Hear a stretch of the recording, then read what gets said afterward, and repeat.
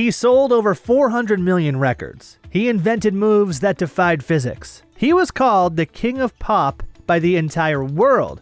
And then in the span of a few years, the same world called him a monster. But here's what nobody talks about. Michael Jackson didn't fall from grace on his own. He was pushed. This is the real story. The abuse, the obsessions, the media circus, the money, and the question that still divides the world to this day. Was Michael Jackson guilty, or was he the most famous victim of a culture that builds legends only to destroy them? To understand what Michael Jackson became, you have to understand what Michael Jackson never was: a child. He was born in 1958 in Gary, Indiana, a steel town, working class, with 9 people crammed into a 2-bedroom house. His mother, Catherine, was gentle, religious, musical. His father, Joe, was something else entirely.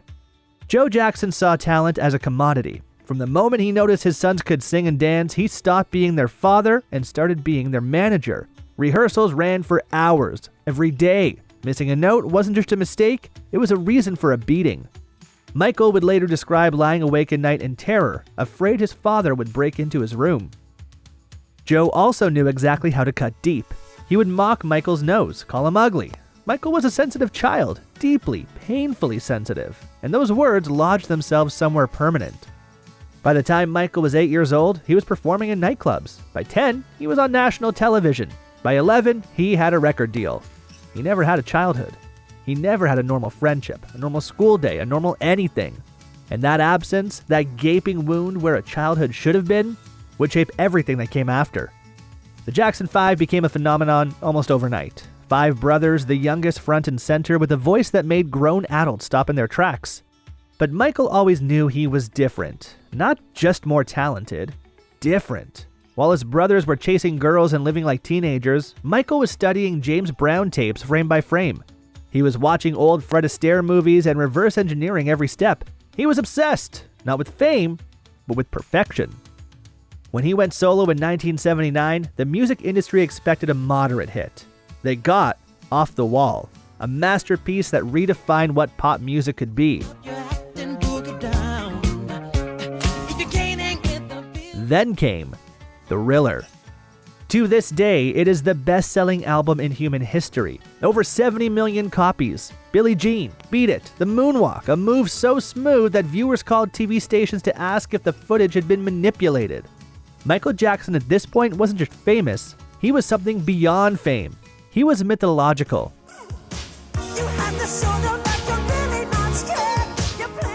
And that's when the trouble started, because myths don't stay myths forever. Eventually, the world needs to tear them down. Fame at that level does something to a person. It isolates them completely. Michael couldn't walk down a street. He once disguised himself as a homeless man just to experience what it felt like to exist in a city without being mobbed. Think about that for a second. One of the most famous humans alive pretending to be invisible just to feel normal. His insecurities deepened. The nose his father had mocked became a fixation. He began changing his appearance. Surgeries, procedures, alterations. The media noticed. The jokes started. What is he doing to himself? Why does he want to be white? Michael denied it all publicly. Privately, he had vitiligo, a skin condition that destroys pigmentation. He used makeup to even out his skin tone. The surgeries were real, but the narrative the press built, that Michael Jackson was mentally unhinged, self-loathing, trying to erase his blackness, was a story more interesting than the truth. And interesting stories sell. By the late 1980s, Michael had built Neverland Ranch, a 2,700-acre estate with a zoo, a Ferris wheel, a movie theater. He described it as the childhood he never had. He also invited children there. Lots of them. He spoke openly and genuinely about his love for children, their innocence, their honesty, the way they didn't look at him as a product. To Michael, children were the only humans who saw him clearly. To the public, it looked wrong. And in 1993, a 13-year-old named Jordan Chandler and his father made it official. They accused Michael Jackson of child sexual abuse. The world erupted. Michael maintained his innocence. The case never went to trial. After a civil settlement was reached, which Michael's team later said was done to make it go away, not because of guilt, the criminal investigation was dropped. No charges were filed. But the damage was permanent. The image of the moonwalk and the image of the accusation now occupied the same space in the public mind. The media had what they needed, and they never let go. Michael married twice, first to Lisa Marie Presley, daughter of Elvis, and later to Debbie Rowe, who bore him 2 children. The marriages were strange, public, dissected endlessly. Then in 2003, a British documentary filmmaker named Martin Bashir spent 8 months with Michael and aired a program called Living with Michael Jackson. In it, Michael held hands with a 12-year-old boy named Gavin Arvizo and said he saw nothing wrong with sharing his bed with children. The footage was edited selectively, context was stripped, and the world watched in horror. A second criminal case was launched. This time, it went to trial. For 5 months, every detail of Michael's life was exposed in a California courtroom. His prescription drug use, his finances, his relationships, his eccentric habits. The prosecution built a picture of a predator. The defense built a picture of a man being exploited by a manipulative family. In June 2005, after deliberating for 7 days, the jury returned a verdict on all 14 counts. Not guilty. 14 times. Not guilty. Michael Jackson walked out of that courtroom a free man, but not a whole one. He was broken, humiliated, financially gutted. Another day is gone. He left America and lived abroad for years in Bahrain, in Ireland, essentially in exile from the country that had made him. By 2009, Michael was planning a comeback. 50 concerts at the O2 Arena in London. This is it. His team was pushing hard. Tickets sold out in hours. Millions of fans who had never stopped believing in him were ready to welcome him back. The narrative was supposed to be redemption, the king returning to his throne. But behind the curtain, something was deeply wrong. Michael Jackson had not slept naturally in years, not months, years. The insomnia that had plagued him since the early 90s had become a crisis so severe that ordinary sleep medication did nothing. His mind, wired tight from decades of performance pressure and psychological trauma, simply would not switch off. He described it to people close to him as lying in the dark, exhausted, unable to cross the line into unconsciousness no matter how long he waited. So he found a solution, or rather, a solution was found for him.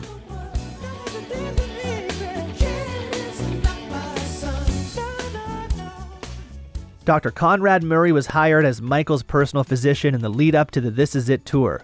Murray was not a sleep specialist. He was not a psychiatrist. He was a cardiologist with a modest practice and significant financial troubles of his own. For approximately $150,000 a month, he became Michael Jackson's doctor, companion, and gatekeeper. And every night, Murray administered propofol. Propofol is not a sleeping pill. It is a powerful anesthetic used in operating rooms to render patients unconscious before surgery. It requires monitoring equipment, trained anesthesiologists, emergency protocols. In a hospital, it is a controlled, carefully managed substance. In Michael Jackson's bedroom, at a rented mansion in Holmby Hills, Los Angeles, it was being dripped through an IV while the patient lay in bed and the doctor sat nearby, sometimes falling asleep himself. This had been going on for weeks. The rehearsal footage from those final weeks tells a contradictory story. On camera, Michael was flashing brilliance, the voice still capable of stunning you, the movement still carrying that uncanny gravity-defying quality that nobody before or since has replicated. His dancers were in awe. The production team was building something enormous. On the surface, the comeback was real. The people who were there described a man who was visibly deteriorating between takes. Thin in a way that alarmed people, cold all the time, wearing layers of clothing in a warm room, forgetful, sometimes present and electric, sometimes somewhere else entirely. Eyes distant, responses slow. His team saw it. Some of them raised concerns privately. None of them stopped it. There was too much money on the line, too many contracts signed, too many people whose livelihoods depended on This Is It happening on schedule. Michael Jackson was, at that point, both the most valuable and most vulnerable person in every room he entered, and no one chose to protect him over protecting the investment.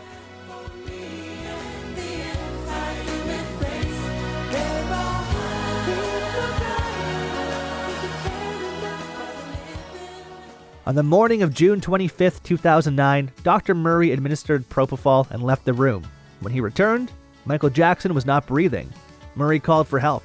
Paramedics arrived. They worked on him for an extended period. Nothing worked. Michael Jackson was pronounced dead at UCLA Medical Center at 2:26 p.m. He was 50 years old. The news broke across the world like a physical shock. People who had spent years mocking him, doubting him, calling him names stopped cold. Something shifted in the collective conscious. A sudden, gut-level recognition that whatever complicated feelings the world had about Michael Jackson, nobody had actually wanted this. Dr. Conrad Murray was tried for involuntary manslaughter. The prosecution argued that administering propofol in a non-medical setting, without proper monitoring, without emergency equipment for the purpose of inducing sleep, was an act of criminal negligence. The defense argued that Michael had administered the fatal dose himself.